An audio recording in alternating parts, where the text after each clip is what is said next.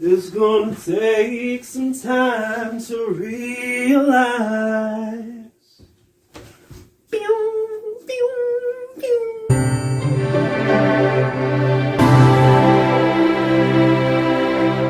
And hold for 3 and come down. Oh hey! Hi girl! If you're seeing this, that means one of 2 things. Number 1, you are a disciple of Christ. Woo! Number 2, you know or love someone that struggles with a mental illness, in this case depression, while you yourself do not struggle with said illness. As far as you know. Did you know that 1 in 13 people worldwide will experience a psychotic episode before the age of 75? This means that there's a good chance that you know or will know someone that struggles with a mental illness, even if that person is you. And chances are you want to encourage them, right? Right. So this video is for you. This video will serve as an introduction and basics to depression as a whole. Disclaimer, these are my own thoughts, mostly come from depression, dysfunctional anxiety. Every story, mental health struggle is different and unique despite shared traits. These are my own thoughts from therapy experiences, etc. Basically, I'm not a doctor. This video will serve as an introduction and basics to depression as a whole. I'm actually going to speed through the basics of depression because not only are there so many amazing resources that can explain it way better than I can, they're in the description below. I really rather spend time on stuff about depression that I'm really excited to talk about. Alright?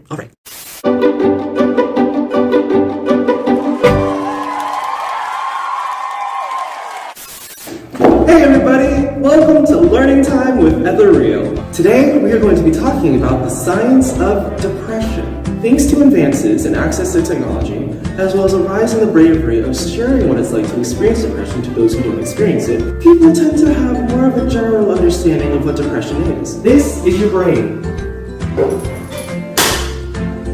This is your brain on depression. Any questions? Depression, aka clinical depression, is defined by the National Institute of Mental Health as a mood disorder that causes distressing symptoms that affect how you think, feel, and handle daily activities such as sleeping, eating, or working. Most disciples believe that depression is a result of a spiritual issue, and while that might be true for the emotion of sadness in some cases, the root causes of clinical depression are actually biological and chemical. It is an uncontrollable, unjustifiable sadness that affects the way the body works internally, despite how outside factors are affecting someone's life.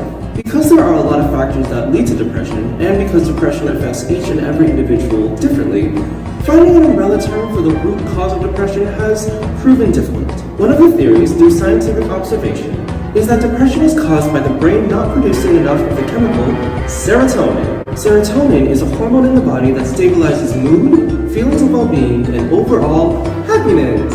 Characteristics and symptoms of depression include sadness, loss of interest in activities previously enjoyed, lack of energy, cognitive difficulties, and many more. An important note in recognizing if these symptoms have to do with depression is if they last for more than 2 weeks. Depression is much of a physical strain on the body as it is a mental strain. This can be seen in insomnia and trouble sleeping, a loss of appetite, and in some cases literal pain, like muscle spasms, and physical illness. Now, while clinical depression isn't mentioned directly in the Bible, because it was a term coined much later, notable biblical names such as David, Job, and even Jesus at times experienced symptoms that are arguably clinical in nature. Additionally, Jesus Christ came into this world as fully God and fully human. In being fully human, he was able to embody the experience of the human experience, all positive and negative. And while he of course didn't have any mental deficiency, he knew the effects of having a mental illness, so that when we pray to him now in the present day, he has a complete understanding. Like a concerned parent, he is fully understanding of what we're going through and is always ready and willing to help us out. Now, living with depression is like living with a child that you have to take care of, an abusive significant other, and a friend that's a very bad influence.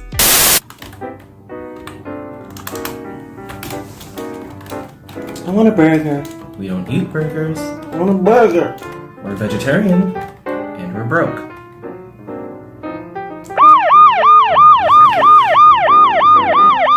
Can I please just focus on my work? Okay, we can get a burger. Wait! Hey, so I was wondering if I could get this assignment done later today. Yeah, sorry, Sparky. It's gonna take about 20 units of brain energy. Yes, but the thing is, I made breakfast instead of ordering out, so I only have 15. I was wondering if... Well, then I guess you're not getting your assignment done. Right. Can we just go to sleep, please? I want Thor to take off his socks after doing leg day at the gym and just chloroform me with them. Alright, time to head to the gym. Wouldn't you rather just play video games instead? Actually, I want to go to the gym. Oh, sorry, I must have said that wrong.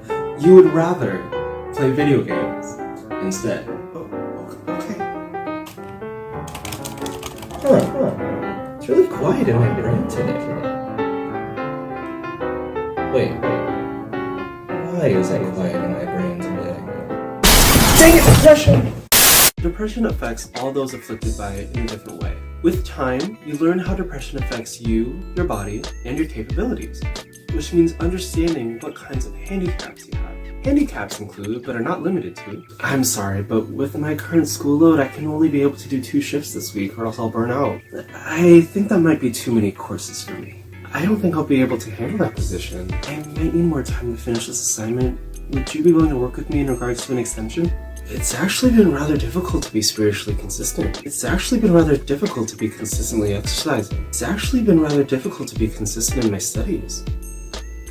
There becomes a personal responsibility of those who suffer from depression to be aware of their handicaps, as well as communicating them effectively to others that might be affected. As we grow in understanding how depression affects us individually, what also grows is the need for us to understand how it affects what we can and cannot control. Have you ever been pricked by a burr? Burrs? They're called spurs. Ugh, the worst kind of pain, right? And then you take it out, but it still hurts even after you take it out and moved on. Feelings with depression are like those spurs. Spurs! Whatever. When something happens that causes negative feelings, even if they've been processed and dealt with, attended to, when it comes to depression, those feelings can linger. Your mind and body still are affected by those feelings, even if you've already taken the time to process them healthily. And it can be very annoying. T HD03. H D03. D 03. 0. 3. Hey, Flash, want to hear a joke? Feelings and instincts can often get muddled with depression, and that can cause those that are afflicted by it to struggle with having proper judgment, especially those that think with their hearts rather than their heads, those that are feeling thinkers rather than thought thinkers. Depression is felt less when adrenaline is high. With friends or doing the things that one enjoys, the things that depression makes difficult to do, makes depression a lot easier to deal with in the moment. Building a support group and surrounding yourselves with loved ones that you can rely on is immensely important for mental well-being. Alright, let's talk about when depression gets bad. The term relapse is defined as to suffer deterioration after a period of improvement. I'm not going to sugarcoat it.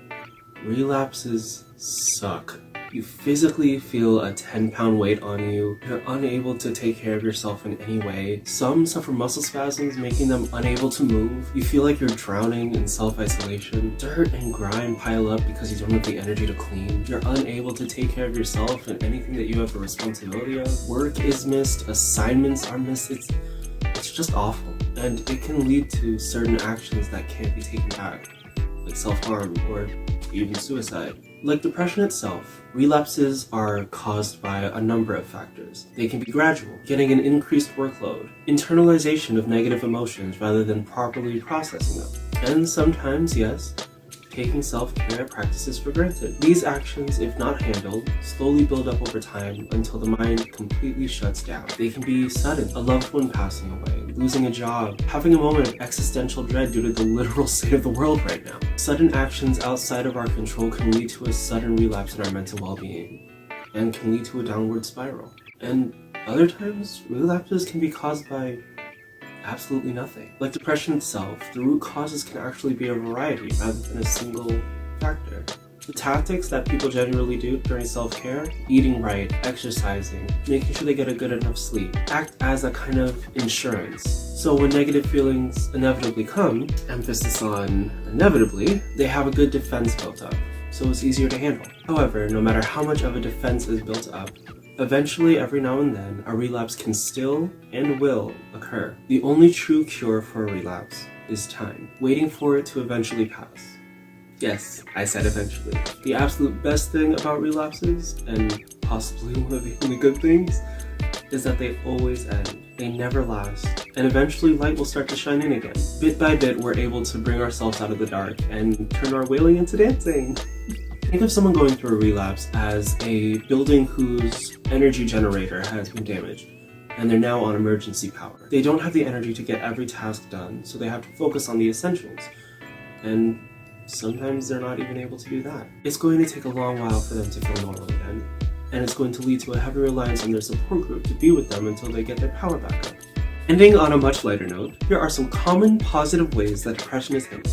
Therapy, prescribed medication to increase serotonin, spending time with friends and loved ones, having good sleeping and eating habits. Physical health and mental health are very connected. Basically, self-care. Self-care. Self-care.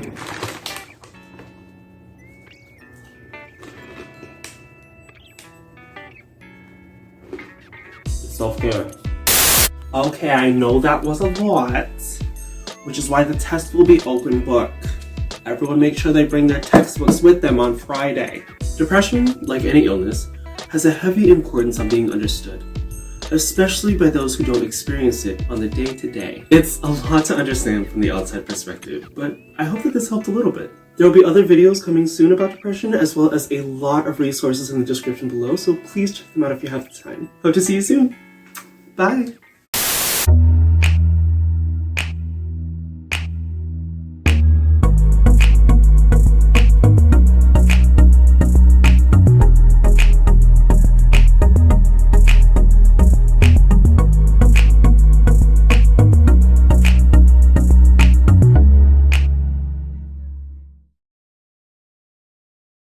We out here dripping, cracked egg. It don't make no sense. Out here dripping, cracked egg. You know it, you know it. We out here dripping, cracked egg. Don't make no sense. Out here dripping, cracked egg. You know it, you know it. Fellas, get on your eggies if your egg is fine. Tell this woman she's the one I'm gonna die. Hey, baby fellas, let's do this right. Omelets and omelets with rice. Alright. Hopefully that's good.